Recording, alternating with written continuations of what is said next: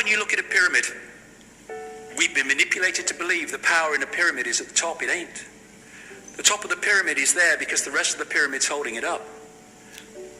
We're holding this whole thing together. There's a story I told many years ago of a British comedian called Larry Grayson, who died. I went to his memorial service in Covent Garden, and this other comedian did this tribute to his life in which he read out this story that Larry Grayson had told him. When they were going around the variety halls and the theaters in the 60s, they had this all-male show. And Larry Grayson was the only woman in it because he used to dress up as a woman. And he said that the end of the show, the last scene, all the sailors, all the men came on dressed as sailors, and they were singing Rule Britannia. You know, Rule Britannia, Britannia rules the waves. Oh, I'm very pleased for you. Okay. And as it built up, Larry Grayson would come on dressed as Britannia with the helmet and the shield, and he would be manhandled up the side of this pyramid to the top for the big finish. And he said one night, he said things seemed to be going rather well. He said, and then I noticed that a sailor in the bottom left-hand corner had got rather a cough. And this cough got worse and worse and worse to the point where the sailor couldn't stay in the pyramid anymore and stepped out of it. Larry Grayson, symbolic of this elite at the peak of the pyramid, ended up in the second row. And the elite, the power center, had done nothing to bring about this.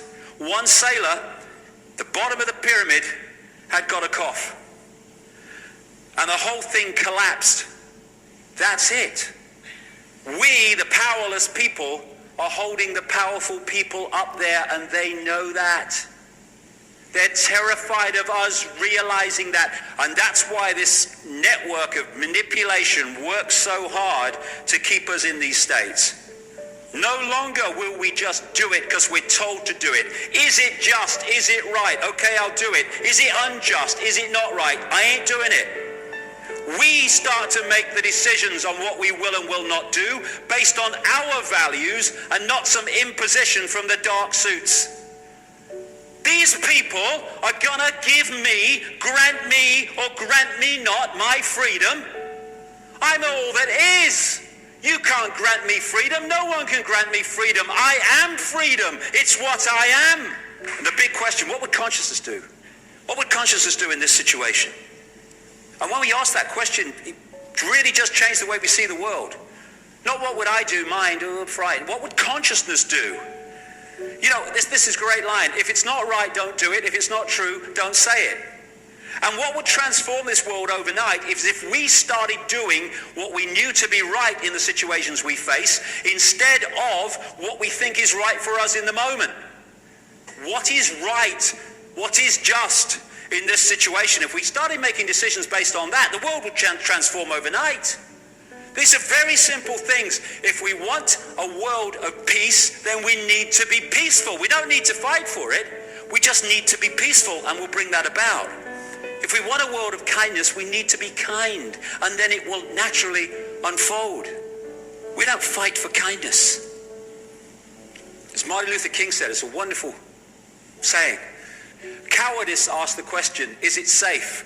Expediency asks the question, is it politic? Vanity asks the question, is it popular? But consciousness asks the question, is it right?